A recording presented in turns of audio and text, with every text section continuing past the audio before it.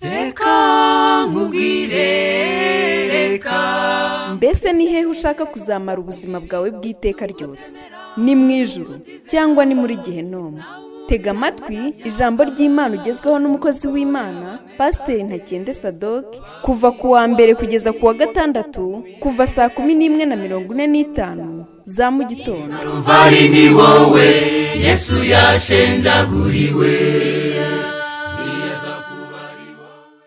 Reka mbasuhuze cyane abateze amatwi kandi bifurize ikaze muri iyi saha tugiye kuganira ku ijambo ry'Imana. Ndetse reka mbasabe rwose gutuza no kujya mu mwanya mwiza wo gusenga kugira ngo dusabe Imana ibane natwe muri uyu mwanya. Mana nziza, reka tugushime kandi tuguhimbaze, tugushimire ineza yawe, tugushimire urukundo rwawe rutarondoreka, kandi tugushimire aya mahirwe uduhaye yo kongera kumva ijambo ryawe. Mana rero ndakwinginze ngo ubane natwe kandi ucishirize bugufi imitima yacu kumva no kumvira ndetse no kugira inyota yo gukora icyo ijambo ryawe ritubwira. Urakoze rero kuri mwiza kandi ko wumva gusenga kwacu ndetse ko witeguye gukora byinshi birenze ibyo tugusabye. Tubyambaje twizeye mu izina rya Yesu Kristo umwami wacu, amen. Reka rero nongere mbasuhuze kandi mbasabe dufungure Bibiliya zacu mu gitabo cya Luka igice cya 12 umurongo waho wa 15. Kuri uyu munsi ndumva Imana inshyize ku mutima ko twaganira ku ngingo abantu benshi batajya bavugaho, nyamara iyo ngingo akaba ari ingenzi cyane. Kumenya ibijyanye n'iki kintu cyangwa se n'inyigisho ni ikintu cyahindura ubuzima bwawe. Buriya hari ikintu kijya kiba ku bantu iyo batazi neza amakuru, iyo badafite amakuru nyayo, bituma bitwara uko bishakiye cyangwa se bagafata n'imyanzuro itari myiza bitewe n'uko badafite amakuru nyayo. Ariko Bibiliya ivuga neza ku ngingo yitwa Gehinomu. Ntabwo ari njye uyivuzeho bwa mbere kuko sinakwigera nyivugaho bihagije nk'uko umwami Yesu Kristo yayivuzeho. Muri Bibiliya inshuro 13 zose mu isezerano rishya Yesu avuga kuri Gehinomu inshuro 12. Nubwo inshuro 13 ibyanditswe bigera ku hantu 13 mu isezerano rishya havuga kuri Gehinomu, 12 ni Yesu wavugaga. Donc amagambo cyangwa se inyigisho zivuga kuri Gehinomu Yesu yazivuzeho cyane kurusha abandi bantu bose. Gehinomu rero iriho. Abantu benshi cyane babaho ubuzima bwabo bafata imyanzuro, yewe bamwe bavuga ko bakorera Imana, abandi bakurikiye Imana, abandi bakitwara ukuntu uko bakwitwara kose, ariko nuko batazi neza uku kuri ko Gehinomu iriho. Nyamara Gehinomu iriho. Luka 12 umurongo waho wa 5 Bibiliya iratubwira ngo ahubwo ndabereka uwo mukwiriye gutinya, mutinye umara kwica umuntu agashobora kumujugunya muri Gehinomu. Ni koko ndababwira nti aba ari we mutinya. Yesu Kristo niwe wari uri kuvuga aya magambo, ayabwira abigishwa be. Arababwira ngo ndabereka uwo mukwiriye gutinya, mutinye umara kwica umuntu agashobora kumujugunya muri Gehinomu. Ni koko ndababwira abe ari we mutinya. Hari abantu benshi cyane bavuga ngo Imana ni urukundo, kandi koko Imana ni urukundo. Yewe Imana ni urukundo birenze nuko njyewe nashobora kwigera mbisobanura. Bibiliya ivuga neza yuko nta muntu n'umwe wigeze akunda kugera ku kigero cy'Imana, kuko abantu twebwe biragoye yuko umuntu yanapfira inshuti ye, biragoye yuko umuntu yapfira n'umwana we, biragoye. Ariko noneho Imana yo yatwitangiye kera cyane tukiri abanyabyaha, turi abagome, turabo kurimbuka. Icyo gihe nibwo Imana yerekanye urukundo rwayo rwinshi ubwo Kristo yadupfiraga tukiri abanyabyaha. Rero nta muntu n'umwe ushobora kwigera yigereranya ku rukundo rw'Imana. Urukundo rw'Imana rurenze cyane uko twebwe abantu twashobora kuruvuga. Hari umuririmbyi wigeze kururirimba avuga yuko urukundo rw'Imana rusumba izuba, rusumba ukwezi, yewe rumanuka no hasi rukarenga ikuzimu. ntabwo rero urukundo rw'Imana dushobora kwigera turushidikanyaho, rurenze nuko twebwe tubitekereza. Ariko mu gihe kimwe, nubwo Imana ari urukundo, ariko Imana ni iyera, Imana irakiranuka, iratunganye 100%. Ntabwo ishobora kwigera ibana n'icyaha. Ubugingo rero bukora icyaha ni lazima buzarimbuka. Yesu yigeze kuvuga amagambo akomeye ariko kandi yumvikana muri Yohana igice cya 3 uhereye ku murongo waho wa 3 ugakomeza ukageza ku murongo waho wa 18. Yavuze ijambo rikomeye ryakorogoshoye umugabo bita Nikodemo. Yaramubwiye ngo umuntu wese utabyawe ubwa kabiri ntashobora kwinjira mu bwami bw'Imana. Umuntu wese utabyawe ubwa kabiri ntashobora kwinjira mu bwami bw'Imana. Kandi uko ni ukuri pe. Yesu yabivuze arahira, Yesu yabivuze amaramaje, kuko ari ikintu cy'ingenzi cyane. Ntekereza yuko gifite aho gihurira no kuburira buri muntu wese uri kuri iyi si ngo atazigera ajya muri Gehinomu. Yesu yaravuze ngo nukuri ndakubwira yuko umuntu wese utabyawe n'amazi n'umwuka atabasha kwinjira mu bwami bw'Imana. Kibyarwa n'umubiri nacyo ni umubiri, n'ikibyarwa n'umwuka nacyo ni umwuka. Mu yandi magambo, Yesu yari arimo kuvuga ikintu kimwe cyonyine rukumbi cyatuma umuntu atajya muri Gehinomu, nuko yaba yarabyawe ubwa kabiri, izina rye rikaba ryanditswe mu gitabo cy'ubugingo, akaba yarakijijwe. Mu yandi magambo, ibyaha bye bikaba byarejejwe n'amaraso ya Yesu Kristo. Kubyarwa ubwa kabiri ntabwo ariyo ngingo ndi buvugeho cyane, gusa nagira ngo nkwereke yuko Yesu aho ngaho yararimo yerekana uburyo bumwe bwonyine bushoboka kugira ngo umuntu abe atajya muri Gehinomu. Ndagira ngo mbanze tuganire cyane kuri ingingo ya Gehinomu. Matayo igice cya 10 umurongo waho wa 28. Ndi busome ibyanditswe byinshi kugira ngo utaza kugira ngo jye naje gutera ubwoba abantu mbabwira yuko hariho Gehinomu. Oya, Bibiliya niyo ibivuga, ntabwo ari amagambo ya Sadoki, ntabwo ari inyigisho zanjye zinzaduka nzanye. Gehinomu iriho, Gehinomu irahari, kandi Gehinomu turi buze kureba ni bantu ki bazayijyamo. Matayo igice cya 10 umurongo wa 28. Bibiliya irambwira ngo kandi ntimuzatinye abica umubiri badashobora kwica ubugingo, ahubwo mutinye ushobora kurimbura ubugingo n'umubiri muri Gehinomu. Ngira ngo aya magambo nayo yavuye mu kanwa ka Yesu ayabwira abantu kugira ngo abereke neza icyo bakwiriye gutinya, abereke neza ahantu bakwiriye kwitondera. Matayo igice cya 5 umurongo waho wa 22. Matayo igice cya 5 umurongo waho wa 22. Bibiliya iratubwira ngo ariko jyeweho ndababwira yuko umuntu wese urakarira mwene se akwiriye guhanwa n'abacamanza. Uzatuka mwene se ati wamupfuwe akwiriye guhanirwa mu rukiko. Uzabwira mwene se ati wagicucuwe akwiriye gushyirwa mu muriro w'Igehinomu.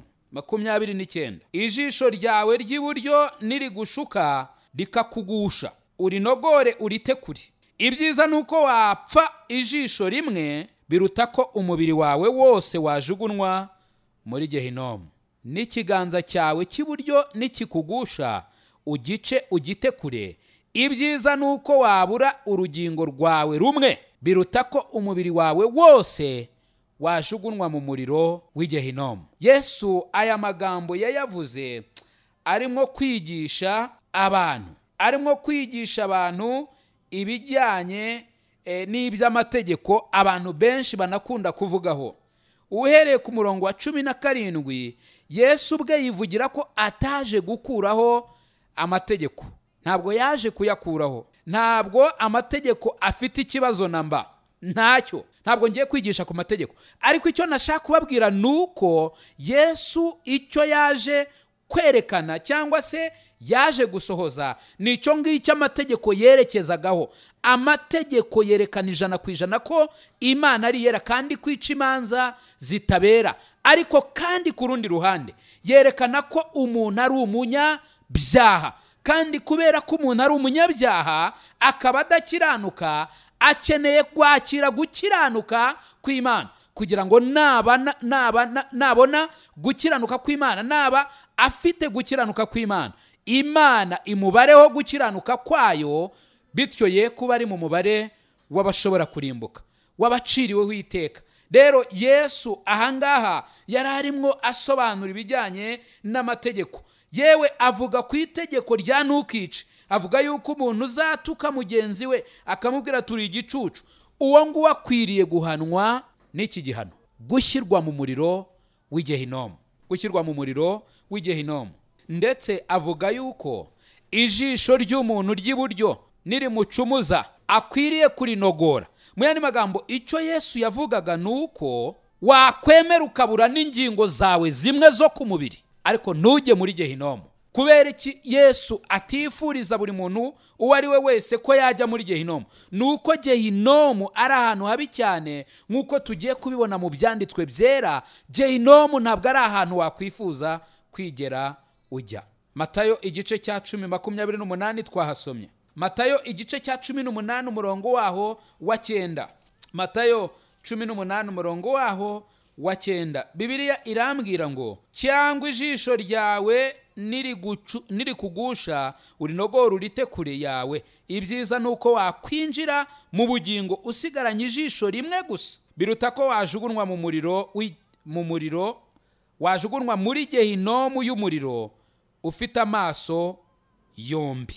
Ugiye muri Gehinomu ufite amaso yawe yombi cyangwa n'izindi ngingo zawe zose, ntabwo waba ufite amahirwe yo kugira umunezero.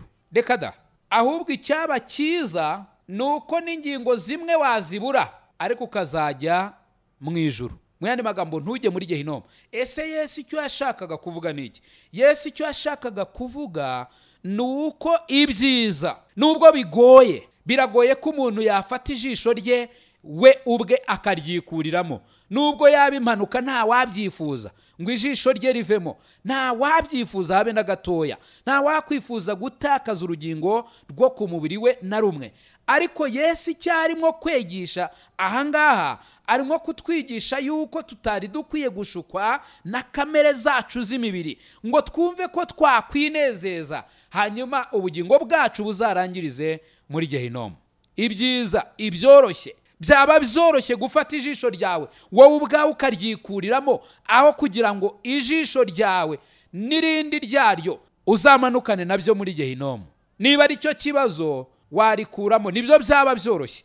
Ariko ntabwo Yesu cyari kuvuga ari ukurikuramo n'intoki zawe, ahubwo ari kwigisha isomo ryo mu buryo bw'umwuka. Arimo arashushanya ishusho y'ukuntu tutari dukwiriye kugira ikintu na kimwe twemerera ko cyatubera imbogamizi kugira ngo tuzarinde tujya muri Gehinomu. Ese Yesu ni ibiki yavuze kuri Gehinomu? Yesu ni iki yavuze kuri Gehinomu? Yavuze ko ari hantu ki? Yavuze ko Gehinomu ari hantu ki? Kuko Gehinomu irahari kandi izagibwamo n'abantu nyabo. Reka turebe muri Mariko igice cya 9 umurongo waho wa 43. Mariko igice cya 9 umurongo waho wa 43. Yesu yavuze kuri Gehinomu. Hano hari ikintu Yesu yagiye agarukaho cyane, yerekana ubukana bwa Gehinomu. Matayo, mumbabarire, Mariko 9 guhera kuri 43 turasoma tugeze kuri 47. Umuntu wese uzashuka umwe muri aba bato banyizera akamugusha, ibyiza nuko yahambirwa urusyo mu ijosi akaruha mu nyanja. Mpereye kwa 42. 43, ukuboko kwawe nikukucumuza uguce. Ibyiza nuko wakwinjira mu bugingo usigaranye ukuboko kumwe, biruta ko wajya muri Gehinomu y'umuriro utazima. Gehinomu y'umuriro utazima ufite amaboko yombi. Ndagira ngo witonde urebe ku murongo wa 44. Aho urunyo rwabo rudapfa kandi n'umuriro ntuzime. aho urunyo rwabo rudapfa kandi n'umuriro ntuzime. Hejuru yavuze ngo umuriro utazima. Yesu ntabwo abeshya, kuko Yesu ni Imana ikiranuka, Imana yera, Imana itunganye. Aravuga ngo Gehinomu ni y'umuriro utazima, kandi muri Gehinomu urunyo rwaho ntirupfa n'umuriro waho ntuzima. 45 n'ikirenge cyawe nikigucumuza ugice. Ibyiza nuko wakwinjira mu bugingo usigaranye ikirenge kimwe, biruta ko wajugunwa muri Gehinomu ufite ibirenge byombi. 46 Yesu yongera gutsindagira no magambo, aho urunyo rwabo rudapfa kandi n'umuriro ntuzime. 47 n'ijisho ryawe nirigucumuza urinogore. Ibyiza nuko wakwinjira mu bugingo, wakwinjira mu bwami bw'Imana usigaranye ijisho rimwe, biruta ko wajugunwa muri Gehinomu ufite amaso yombi. 48 aho urunyo rwabo rudapfa kandi n'umuriro ntuzime. Aho urunyo rwabo rudapfa kandi n'umuriro ntuzime. Inshuti yanjye, mbese ujye utekereza kuri Gehinomu? Mbese ujye utekereza ku iherezo ry'ubugingo bwawe? Cyangwa uratuje uraho uravuga nk'abantu benshi njya mpura nabo bakambwira bati yewe icyo nshaka ni ukujya mu ijuru, ariko sinzi uko bizagenda. Ubwo nyine Imana nireba ibyiza nakoze ikabona ari byinshi biruta ibibi nakoze, ubwo wenda izamu bugingo. Cyangwa se nibona ibibi nakoze ari byinshi bikaba biruta ibyiza nakoze, ubwo nyine nta kundi nabigenza, nzarimbuka. Umva nshuti yanjye we, ntabwo wari ukwiye kuba uvuga ayo magambo utayaha uburemere bwayo, kuko Gehinomu ntabwo ari ahantu ho kwifuzwa.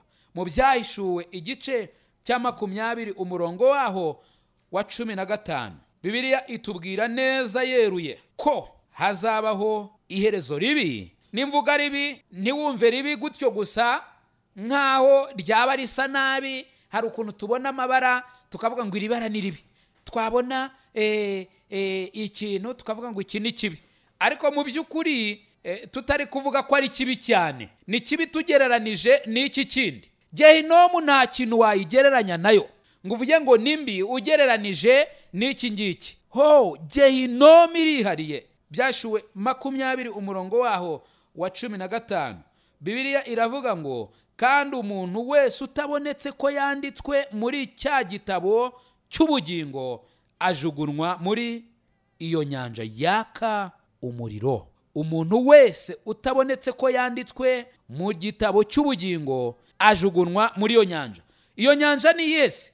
Umurongo wa 14 uravuga ngo urupfu n'ikuzimu bijugunwa muri ya nyanja yaka umuriro. Iyo nyanja yaka umuriro niyo rupfu rwa kabiri. Njya nkunda kuvuga imvugo igira ngo umuntu uvutse rimwe azapfa kabiri, ariko umuntu uvutse kabiri azapfa rimwe gusa. Mu yandi magambo, nk'uko Yesu yabivuze muri Yohana igice cya 3, umuntu wese ubyawe ubwa kabiri, mu yandi magambo uvutse kabiri, azapfa rimwe ryonyine. Iryo rimwe rero nta n'icyo ritwaye kuko ari iry'umubiri.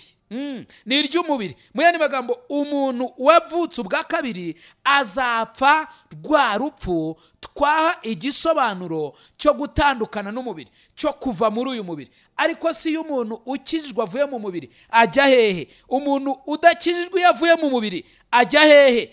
Bajya ahantu habiri hashoboka, mu ijuru cyangwa se muri Gehinomu.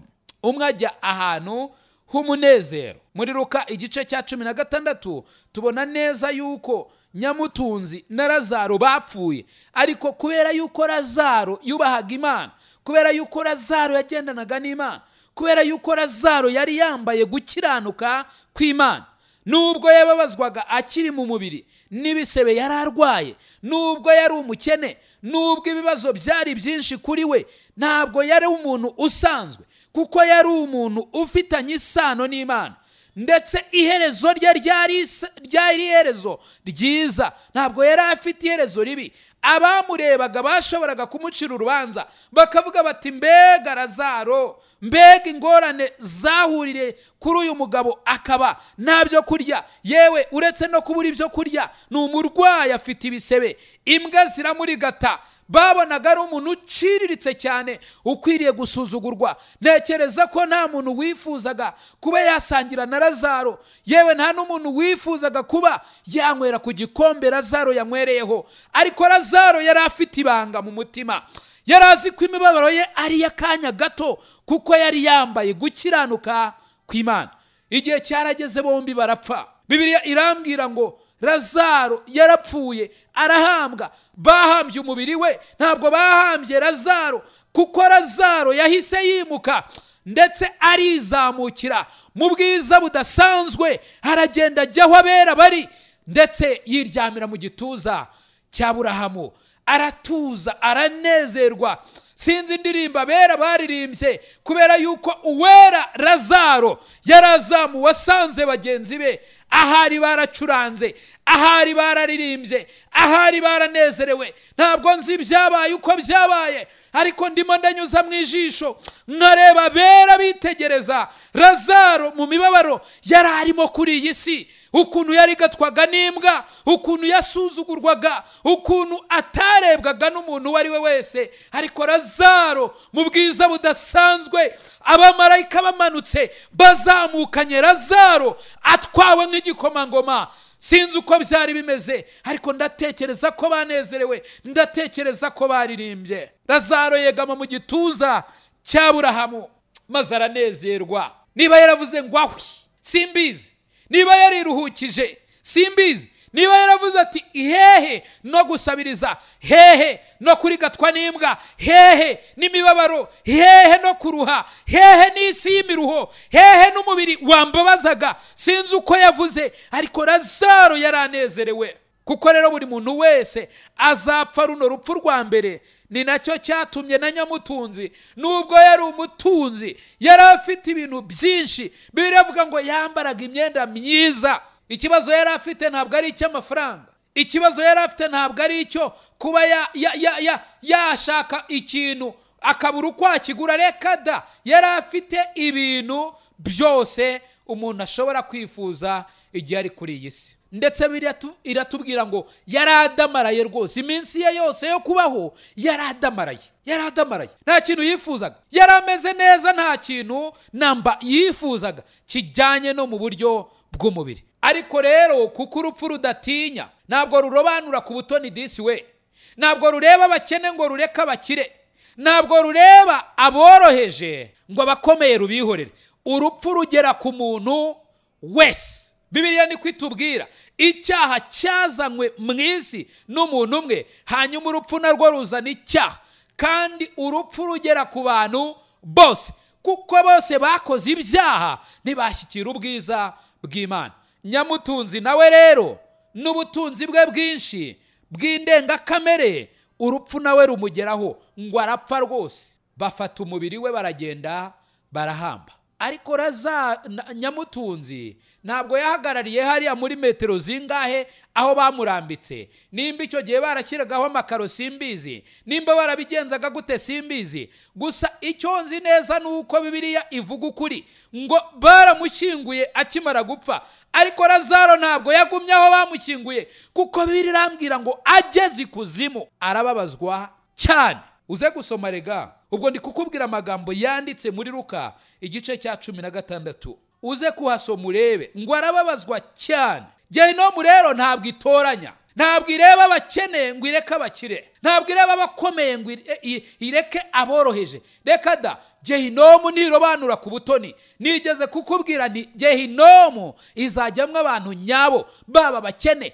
baba abakire, baba abayobozi, baba abayoborwa. Buri muntu wese udanditse mu gitabo cy'ubugingo ni lazima azajya muri Gehinomu. Icyamukumva uburemere bwa Gehinomu. Nyamutunzi ngo ari muri Gehinomu amaze kubona neza yuko yahisemo nabi, amaze kubona neza yuko yayobye, amaze no gusogongera ku muriro w'Igehinomu. ngo yagize gutya yubura amaso abona Lazaro ngo ari mu gituza cya Aburahamu anezerewe cyane. Sinzi icyari kiri kuba icyo gihe Lazaro yararimo akora, ahari yararimo abwira Aburahamu ati yewe gasogokuruza, ibyo naboneye kuri iriya si sinzi byari biri kuba, ntago mbizi, Bibiliya ntago ibimbwira, ariko nta kibazo, ntago ndi kuregreta kubita bimbwira. Icyo nzi neza nuko yaranezerewe kandi Nyamutunzi yarabibonye. Nuko ngo aravuga ngo yewe gasogokuruza Aburahamu, ndakwinginze ohereza Lazaro rwose amazi ye kuyama mu kirahure,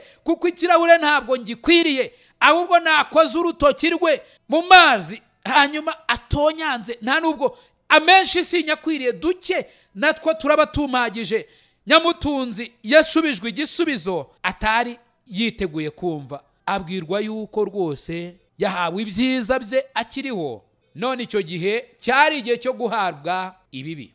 Reka nkubwire inshuti yanjye, nta cyiza namba kiba muri Gehinomu, habe n'akanya gatoya k'ibyiza kaba muri Gehinomu. Ntako muri Gehinomu ni ahantu habi cyane, ntabwo wari ukwiriye kwigera urangara cyangwa se ngo ube ntibindeba cyangwa ngo ureke kubyitaho, kuko muri Gehinomu nta byiza bibayo namba, nta byiza bibayo namba. Nyamutunzi abonye iby'amazi byanze. 25 ngo Aburahamu aramubwira ati mwana wanjye, ibuka yuko wahawe ibyiza byawe ukiriho. Ndi gusoma Luka 16 umurongo wa 25. Wabahaye ibyiza byawe ukiriho, Lazaro nawe yahawe ibibi, none aguwe neza. Kandi hano naho aguwe neza, hano naho wowe urababazwa cyane. 26.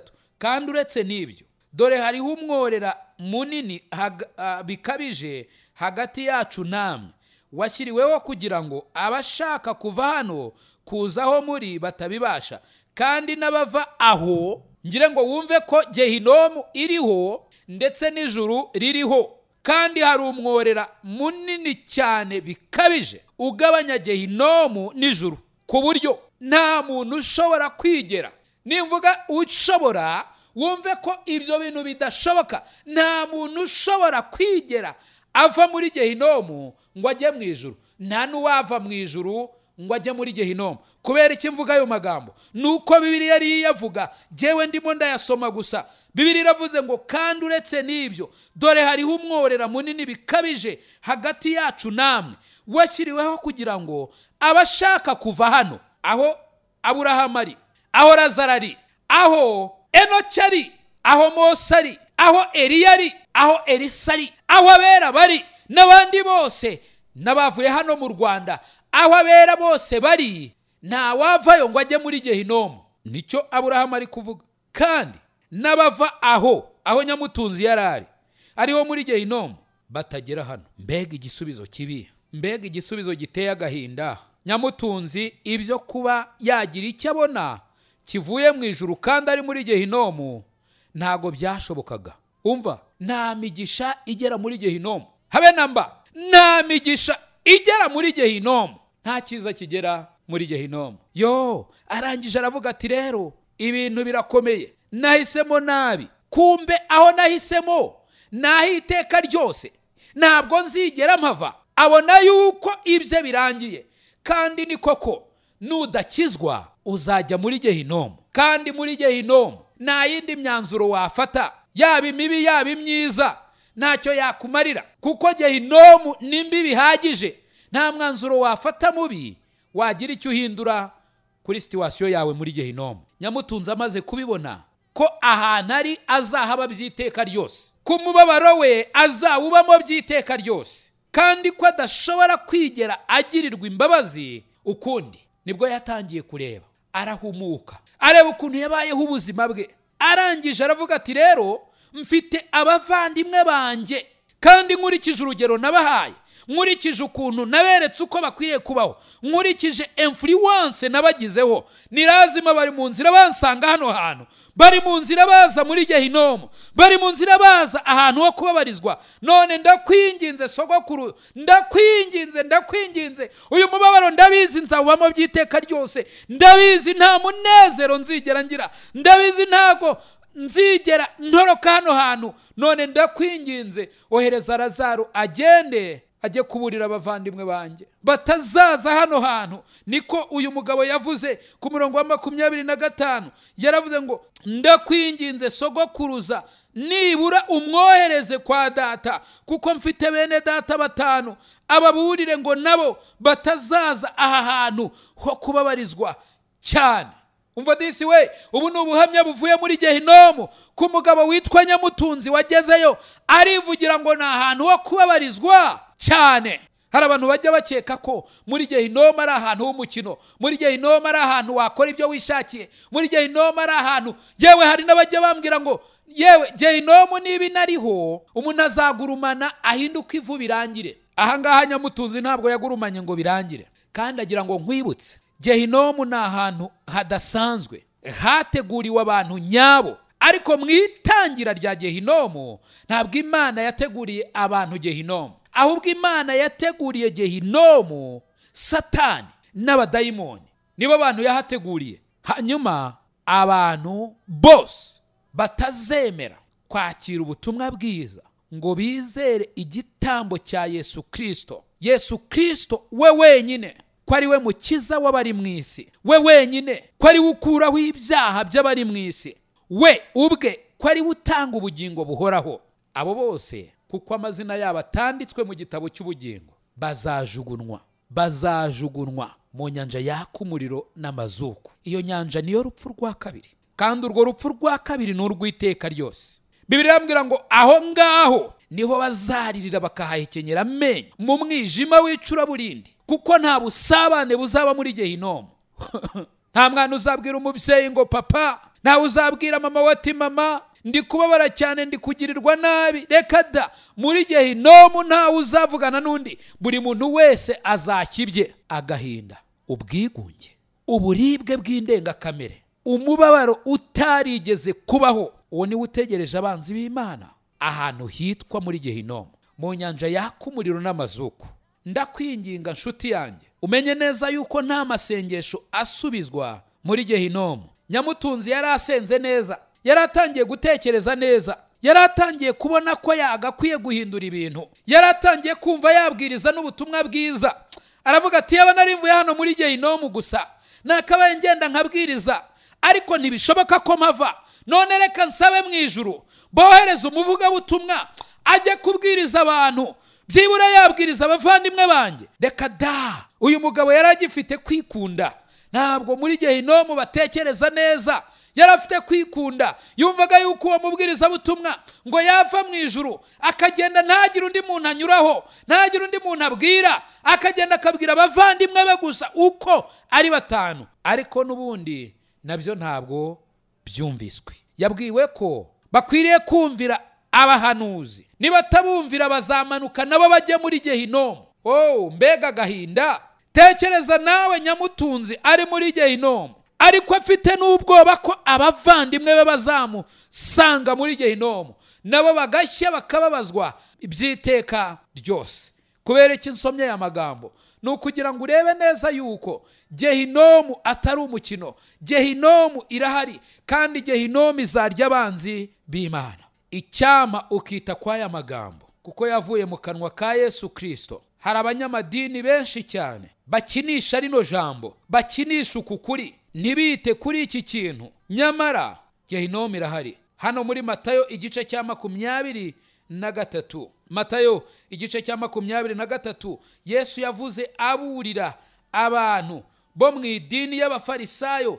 Ariko ntekereza yuko hari n'abandi benshi cyane bameze nk'iyi dini uyu munsi wa none.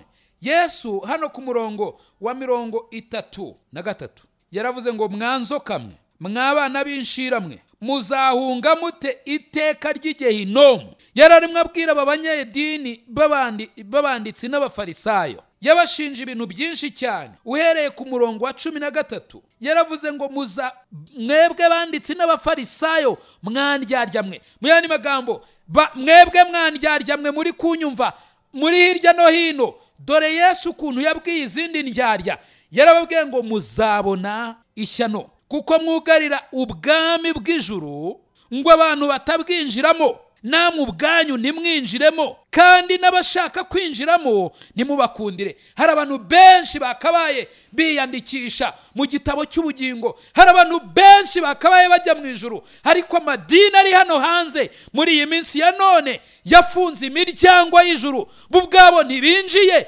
ndetse n'uwashakaga kwinjira ntabwo bamukundira. Ariko Yesu ari kubabwira ngo mwandyarya mwe muzabona ishyano, kuko mwugarira amarembo abishakiraga kwinjira ntimubakundire, namwe ubwanyu ntimwinjire. Yesu arongera arababwira ku murongo wa 14 ngo mwebwe banditsi n'abafarisayo mwandyarya mwe muzabona ishyano, kuko murya ingo z'abapfakazi kandi mugakomeza kuvuga amasengesho y'urudaca muryarya, nicyo gituma muzacirwaho iteka riruta ayandi. Hari abantu bakeka yuko ngo kuba ari mu idini ngo ubwo afite ubudahangarwa atazajya muri Gehinomu. Hari abantu bakeka yuko ngo ubwo ari umuyobozi w'idini runaka ngo ubwo atajya muri Gehinomu. Ndagira ngo nkubwire nshuti yanjye, niba utarabyawe ubwa kabiri, niba izina ryawe ritanditswe mu gitabo cy'ubugingo uyu munsi wa none, menya yuko udashobora kwigera usimbuka umuriro w'Igehinomu. Ku murongo wa 15 yaravuze ngo mwebwe banditsi n'abafarisayo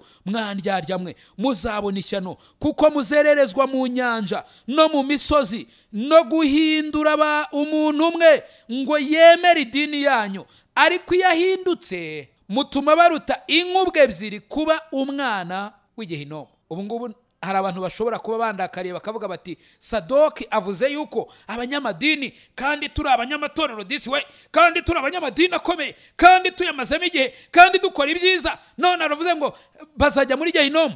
Ntabwo ari njyewe ubivuze, Yesu niwe wabivuze, abibwira abo mu idini y'abanditsi n'abafarisayo. Ariko ntekereza yuko iyi dini ihagarariye n'ayandi menshi. Yaravuze ngo bazererezwa mu nyanja, bazererezwa mu misozi hirya no hino, no kugira ngo bahindure umuntu yemere idini yabo, ariko ngo iyo yemeye abaruta inkubwe ebyiri kuba umwana w'Igehinomu. Uze gukomeza usoma aya magambo disi we, nibwo uri buze kugera ku murongo wa 33 aho Yesu yavuze ngo mwanzoka mwe mwabana b'inshiramwe muzahunga mute iteka ry'Igehinomu. Ndagira ngo nkubwire nshuti yanjye, umwanya ntabwo unyemereye, ariko Bibiliya itubwira neza inshuro ku yindi yuko Gehinomu iriho, kandi Gehinomu izagibwamo n'abantu nyabo. Ni koko yateguriwe Satani n'abadayimoni, ariko umuntu wese izina rye ritanditswe mu gitabo cy'ubugingo ni lazima impanda y'umwami Imana nivuga utari wemera ngo wakire Yesu nk'umwami n'umukiza w'ubugingo bwawe, nk'uko Bibiliya ibivuga, apana nk'uko amadini abyigisha, ahubwo nk'uko Bibiliya ibivuga. Nutakira Yesu nk'umwami n'umukiza w'ubugingo bwawe nk'uko Bibiliya ibyigisha, ni lazima ntabwo uzasimbuka iteka ry'Igehinomu. Ndakwinginga kuri iki gicamunsi ngo wisuzume aho uri hose, ibyo waba ukora byose, n'icyubahiro waba ufite uko kingana kose. Ndakwinginze wisuzume urebe niba izina ryawe ryanditswe mu gitabo cy'ubugingo, kuko niba ritanditswe mu gitabo cy'ubugingo uzahunga ute iteka ry'Igehinomu. Ngiki kibazo Yesu ari kubaza abantu bose badashaka kumwakira nk'umwami n'umukiza w'ubugingo bwabo. Muzahunga mute iteka ry'Igehinomu, aho urunyo rwabo rutapfa n'umuriro waho ntuzime, inyanja yaka umuriro n'amazuku, aho umubabaro utazigera ugabanuka namba, ahubwo uzabarya by'iteka ryose, aho agahinda no kwiheba bizaba inshuti y'abazajyayo, aho umwijima w'icuraburindi uzatwikira abanyabyaha, aho ibyo kurya byabo bizaba ari uguhekenya amenyo yabo by'iteka ryose. Icyampa ugatekereza neza, icyampa ugafata umwanya wo kwibaza ku iherezo ry'ubuzima bwawe, ku iherezo ry'ubugingo bwawe. Mbese urimo kwerekeza he by'iteka ryose? Kuko nta muntu n'umwe uri kuri iyi si uzabaho nk'umusozi, uzaba kuri iyi si by'iteka ryose, ahubwo hariho ahantu turi kwerekeza. Ni habiri honyine hashoboka, ni mu ijuru cyangwa se ni muri Gehinomu. Mbese wowe urimo kwerekeza he? Mbese izina ryawe ryanditswe mu gitabo cy'ubugingo? Mana, icyampa buri muntu wese uteze amatwi ukamuha gutekereza aho arimo kwerekeza by'iteka ryose, maze agafata umwanzuro mwiza. Niba arimo kwerekeza muri Gehinomu agahindukira kano kanya. Reka rero nizere yuko ubaye uri hafi ukaba wifuza kutuvugisha, ushobora kuzaduhamagara igihe uzaba ubonye umwanya, cyangwa se n'uyu munsi kuri 0783001646, 0783001646. Imana ibaha umugisha kandi muhunge Gehinomu. I Karuvari ni wowe Yesu yashenjaguriwe. Nshuti mukundwa, mbese aho izina ryawe ryanditswe mu gitabo cy'ubugingo? Ese impanda ivuze Yesu agarutse nona, cyangwa uramutse uvuye mu mubiri, wizeye neza 100% ko wajya mu ijuru? Ndakwinginga ngo uyu munsi utekereze ku iherezo ryawe, maze ufate umwanzuro uruta iyindi. Imana iragukunda kandi Yesu aragutegereje. Ngwino, tebuka aguha agakiza, akuruhura umutwaro w'ubwoba, aguha amahoro, umunezero n'ibyiringiro byuzuye byo mu mutima. Ukeneye ubundi bufasha, waduhamagara kuri izi nimero: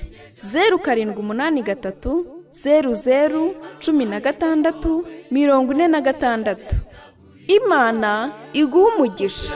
Kuba ari wowe munyabyaha gusa uhari, ntibyari kubuza Yesu kuza hano kugupfira.